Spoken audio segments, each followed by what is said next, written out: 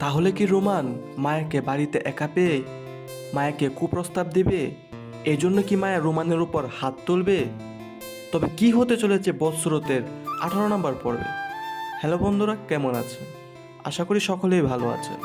আপনাদের প্রিয় ধারাবাহিক নাটক বৎসরতের 18 নম্বর পর্বের ধামাকা কাহিনী নিয়ে আসলাম। অলরেডি কিন্তু 17 নম্বর পর্বটি প্রকাশিত হয়ে গেছে। যারা দেখেন নাই দেখে নেবেন।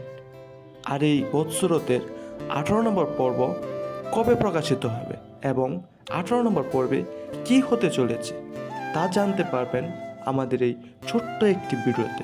তাই ভিডিওটি স্কিপ না করে দেখতে থাকেন।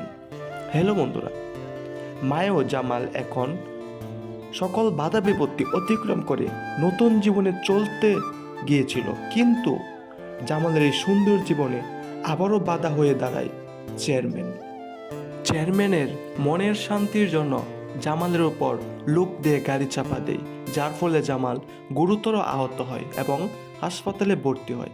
এদিকে আবার জামালের সৎমা নার্সকে কিছু টাকা দিয়ে তাদের কথা মতো কাজ করাবে এবং তাদের দলে নিয়ে যাবে।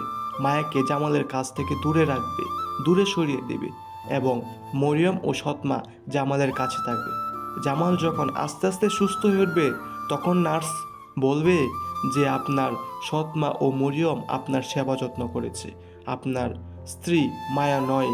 এটা শুনে জামাল আবারও মায়ের উপর রাগ করবে এবং মায়াকে বাড়ি থেকে বের করে দিতে চাইবে।